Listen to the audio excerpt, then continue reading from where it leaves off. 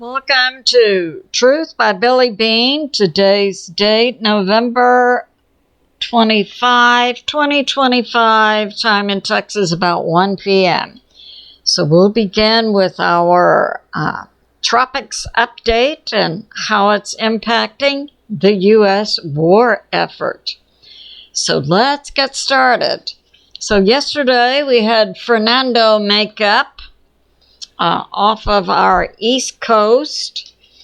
We also have some things coming in from space. We know the space objects will impact the sun, impact the Earth.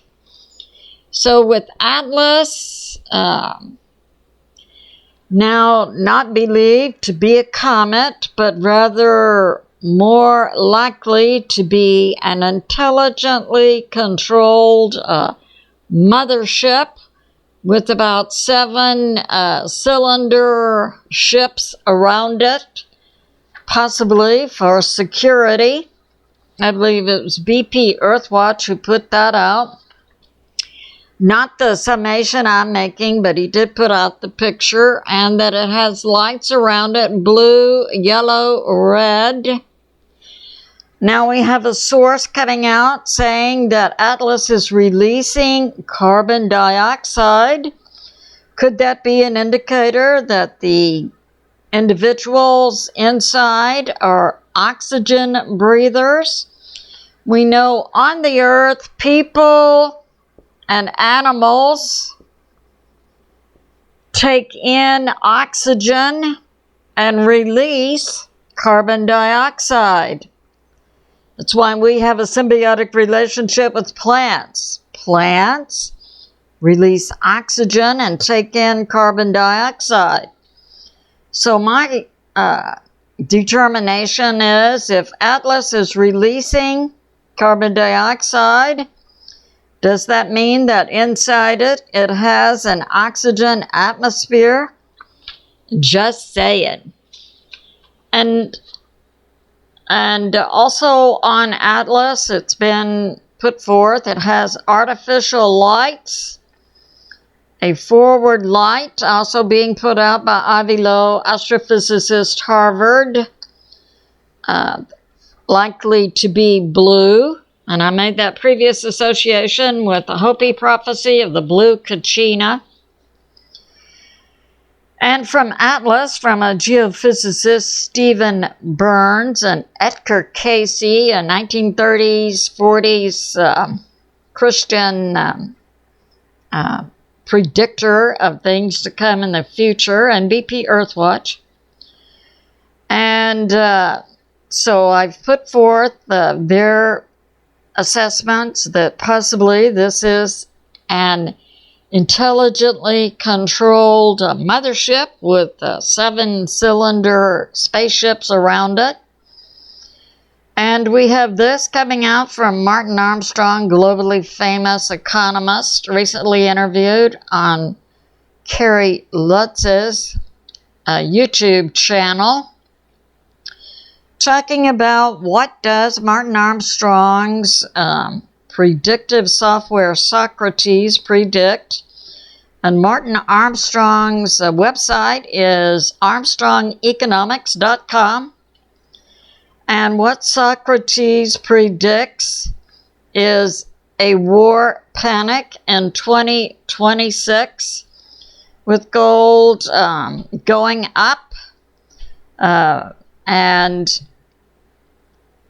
that many are now getting their money out of Europe, and that the U.S. dollar will remain strong. So that's going on. And now we have this for the tropics. So we just saw that tropical storm Erin off of the East Coast and then going north up around Canada and impacting. We're finding out that Erin slowed down the U.S. military prep for most likely a war effort in the Caribbean coming up soon. Now we have Fernando. Fernando is wind speed of 60 miles per hour, barometric 1,000, moving forward at 13 miles per hour, but north-northwest, predicted to turn away from the U.S. Praise the Lord. We have another disturbed area in the Caribbean, 0% chance of development in 48 hours, 0 in 7 days. And it's moving west, but apparently will be fading. Now, what we're finding out with regard to what appears to be an imminent war effort again by the U.S. military and Pentagon in this area in the Caribbean. So we saw some ships moving. So we know we have 4 warships that had been pre-positioned in the Gulf of America. We have 1 in this area. And then we were told that 3 warships were moving just along the edge of Venezuela's territorial waters last week. Some of those movements were slowed down by Aaron, but have now been put in place. This war effort by the Pentagon also includes the Iwo Jima amphibious group, including the USS San Antonio, the USS Fort Lauderdale, 4,500 sailors, and 2,200 Marines. So this is a much larger force than we were initially told, and we're finding out also the USS Virginia nuclear submarine, and also several P-8 surveillance planes. And now we're finding out some more details about what's going on in Venezuela. We know President Trump put out a $50 million bounty on Maduro that had been associated with the cartels. So in this area, what the U.S. military apparently will be fighting are the cartels, Russia, and Iran. We see Russia and Iran taking warlike positions in Venezuela, and that Iran has drone factories inside Venezuela. Russia is building 2 nuclear sub-bases, and Russia has pre-positioned long-range missiles in Venezuela that could hit the U.S. within minutes. So that's going on. I predict we will see in the very near future, possibly, a very real war event in the Caribbean of God, the American people, President Trump, the U.S. military, against the cartels, Russia, and Iran. So it's good to be in prayer. So that's going on. And we have this. This came out from Hal Turner yesterday afternoon, about 4 p.m. There was a Pentagon meeting, and this has to do with the U.S. taking efforts or making events in the Middle East. And the Pentagon had a meeting yesterday afternoon about 4 p.m. The Pentagon was meeting with leaders from the Middle East, military attachés, including Lebanon. And what's being put forth is, it appears Iran is planning another attack on Israel, imminent 2 to 3 days. So we'll see how that goes. And it's believed that this is Iran's response to Israel's last hit on Iran when Israel assassinated Ismail Haniyeh in Tehran. So we see, I found it surprising that the Pentagon was meeting with Middle East military attaches from many countries, including Lebanon. And also in Venezuela, the Venezuelan government is making up fake passports for Hezbollah. Hezbollah is a paramilitary group, a proxy for Iran operating in Lebanon. Now, the Lebanon government, the Lebanon military, is separate from Hezbollah. So that's going on. So we see another threat to America via Iran and its proxy Hezbollah, located in Venezuela. So that's going on. We had also yesterday Israel hitting Yemen, hitting the capital of Yemen and the presidential palace to send a message to the Houthis. Now, it's my understanding that the Houthis are not affiliated with the government of Yemen, but are also a proxy for Iran. So that's going on. And now we have this. Yes, so yesterday, so I'll draw another map. This will be of the Ukraine, Russia, European war front. So we know we have Russia. See if I can get another marker, one that writes. Let's see.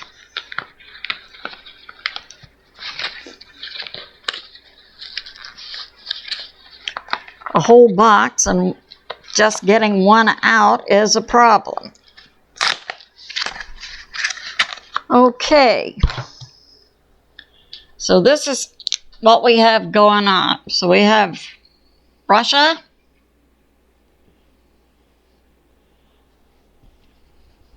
We have Russia, Belarus, Ukraine.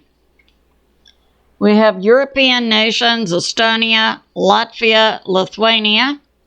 We have Sweden over here. Yesterday, a small island of Sweden called Gotland lost all power, electricity, internet, cell. So it's believed that Russia was making some kind of move against Gotland Island that belongs to Sweden. We have this from Hal Turner's Intel.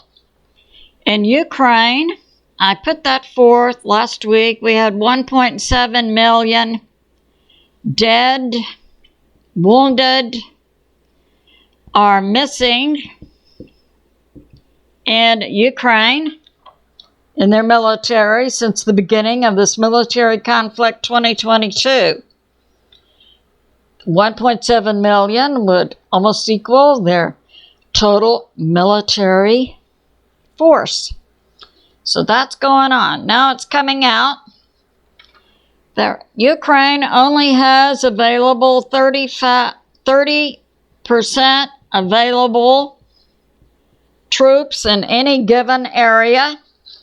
and that they are pulling troops from different parts of the front line and sticking them here, sticking them there, but that Ukraine's military force versus Russia is at 30% strength, and that the Ukraine cannot defend itself. And we have this on the home front, where I live along the Texas South Coast, Brazoria County. We had from the Angleton ISD on Facebook a showing of second graders playing on a playground, and they heard ambulances and sirens from police cars, and they all grouped together and began to pray. Way to go, young people. And we also have in Victoria, Texas, we have the University of Houston, Victoria, formally becoming a part of Texas A&M, and in the future will be called Texas A&M at Victoria. So that's going on.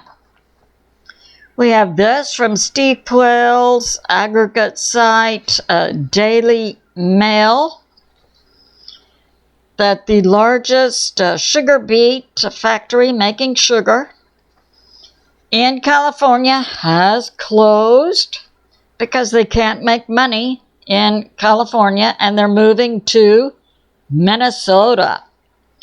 And from UFOMANIA comes out that Lockheed Martin, this is new information for us, has a new material that can change shape. Now let's review. Didn't we see that ability in one of the Terminator movies, where the AI robot could turn to liquid, move, and then re-solidify? So yeah, now they're telling us about it.